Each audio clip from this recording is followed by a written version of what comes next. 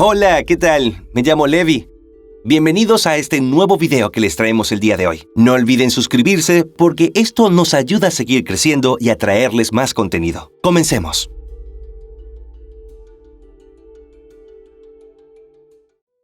La historia de Robert Pershing Wadlow. Robert Pershing Wadlow nació en Elton, una pequeña ciudad de Illinois, en los Estados Unidos, el 22 de febrero de 1918. Fue el primogénito de Addie Johnson y Harold Wadlow, quienes tuvieron 5 hijos. Robert fue fruto de un embarazo normal y nació con un peso de 3.8 kilogramos y una talla común, pero a diferencia de la mayoría de los bebés, creció excepcionalmente rápido y enseguida captó la atención de todos. Con tan solo 6 meses alcanzó los 14 kilogramos, el doble que un bebé normal a esa edad. Al año ya pesaba 20 kilos y 6 meses más tarde 30 kilogramos. La estatura también rompía los parámetros. Cuando tenía 2 años, medía 1 metro de altura. Cuando cumplió 5 años, Robert alcanzó una altura de 1,69 metros y tenía una dimensión corporal considerada de adulto. Cuando entró a la primaria, tenía que usar ropa diseñada para adolescentes y debieron construirle un escritorio especial adaptado a su talla. A los 8 años, Robert ya medía 1,83 m y con solo 9 años ya podía alzar a su padre, pues su contextura hacía que contara con una gran fuerza, a pesar de ser un niño. De hecho, la mayoría de las personas, engañadas por su talla física, se sorprendían con sus conductas infantiles. Robert iba al colegio, tenía buen rendimiento académico y se llevaba bien con sus compañeros, aunque no podía compartir con ellos muchas de las actividades. Para compensar las cosas que no podía hacer, el niño buscó refugio en la lectura. Es por ello que Robert leía alrededor de 300 libros al año. Según los especialistas, su inteligencia era superior a la de los chicos de su edad, pero también se especuló que quizás se vio obligado, solo por su apariencia, a actuar como si fuera mayor. Al principio, sus padres buscaron antecedentes familiares de personas altas, porque ninguno de los dos se destacaba en ese aspecto. Eran otros tiempos.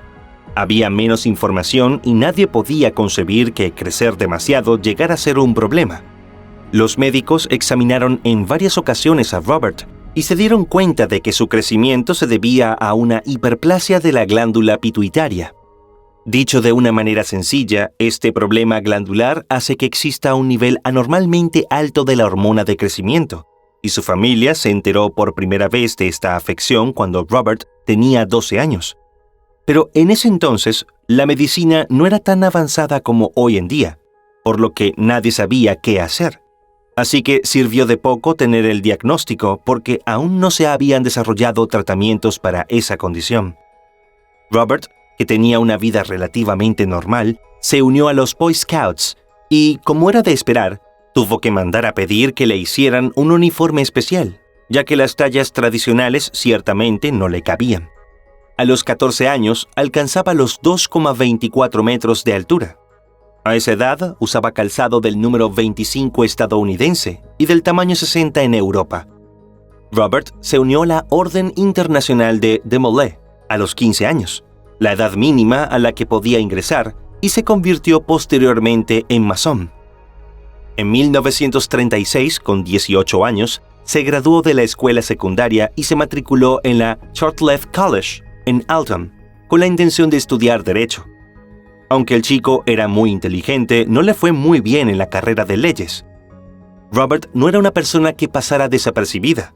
Era imposible no verlo. Eso fue aprovechado por el Ringling Brothers Circus, uno de los más grandes de los Estados Unidos a finales del siglo XIX y principios del siglo XX. Los hermanos Ringling sabían que Robert sería una excelente contratación para su espectáculo, así que le hicieron una oferta para ir de gira con ellos por todo Estados Unidos. Él accedió, pero su familia no estaba segura de que fuera una buena idea porque pensaban que el circo lo iba a presentar como un bicho raro en un freak show.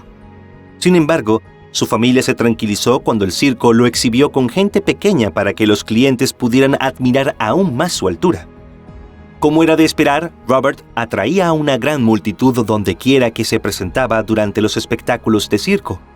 En poco tiempo se convirtió en una celebridad e hizo múltiples apariciones. Cuando se le preguntó en una entrevista de radio si se molestaba cuando la gente se le quedaba mirando, respondió con calma que no, que los pasaba por alto. Muy tranquilo y sin pretensiones, Robert aprovechó su nuevo estatus de popularidad y lo utilizó para ganar dinero en apariciones públicas. Fue así como en 1938 emprendió una gira promocional como embajador de buena voluntad de la Shoe Company International, promocionando los zapatos de cuero Peters. No solo se convirtió en el rostro de la empresa de calzado, sino que también comenzó a recibir gratuitamente zapatos de talla 37 AA, lo que equivale a 47 centímetros, especialmente fabricados para él. Esto fue una bendición para Robert, pues uno de sus principales problemas era el tamaño de sus pies. Le era imposible encontrar un zapato que le sentara bien y tenía que pagar más de $100, el equivalente hoy a $2,000. La cifra era una auténtica fortuna y él no siempre tenía todo ese dinero disponible. En total, Robert visitó más de 800 ciudades en 41 estados y su padre lo acompañó en las giras por todo el país. Aunque amaba su ciudad natal, siempre estaba emocionado por la oportunidad de conocer otros lugares. Para que pudiera viajar, su padre tuvo que modificar el automóvil de la familia, quitó el asiento delantero del pasajero y de esa manera Robert se podía sentar en el asiento trasero y estirar las piernas. Robert se veía a sí mismo como un trabajador de marketing y jamás como un fenómeno. Siempre se vistió con su ropa cotidiana y rechazó las sugerencias del circo de cambiar su vestimenta por algo más apropiado para un espectáculo. Era un joven tranquilo, cordial y atendía a los medios y todo aquel que quedaba sorprendido ante su estatura. Le gustaba compartir con las personas, tocar guitarra, tomar fotografías y coleccionar sellos, hasta que sus manos, cuyo crecimiento jamás se detuvo, comenzaron a interponerse en el camino. Sin embargo, su carácter amable y su simpática personalidad le valieron el apelativo de gigante gentil entre sus amigos y familiares. Aunque su vida fue emocionante en muchos aspectos, también fue difícil. Robert debía tener cuidado con no golpearse la cabeza cada vez que entraba a un nuevo sitio, las casas, los espacios públicos y los artículos domésticos que no estaban hechos para un hombre de su tamaño, y por lo tanto, tenía que hacer concesiones y ajustes para poder realizar tareas sencillas. La diferencia de porte nunca la pudo aprovechar. No tenía permitido practicar deportes y pronto su estatura comenzó a afectar no solo su vida cotidiana, sino también su estado de salud. Robert tenía un consumo diario de alimentos de 8,000 calorías, y aunque fue relativamente saludable en su juventud, pronto comenzó a padecer algunos problemas médicos que empeoraron a medida que seguía creciendo. Robert caminaba con dificultad, la circulación de sus piernas no era buena, las articulaciones no podían resistir su estructura y no se sabía cuánto podía aguantar su corazón el esfuerzo de bombear sangre a distancias cada vez mayores. Nunca se le suministró ningún tratamiento médico para detener o mantener controlado este trastorno. Para la época en la que fue diagnosticado Robert, su caso generó gran temor, rechazo y conmoción entre los médicos, quienes no se atrevieron a operarlo. Si Robert hubiera nacido hoy en día, probablemente no hubiese alcanzado la altura de más de 2 metros, ya que ahora la medicina moderna ha desarrollado cirugías y una serie de tratamientos con medicamentos que pueden ayudar a detener este crecimiento descontrolado. Robert también sufría de falta de sensibilidad en las piernas y los pies.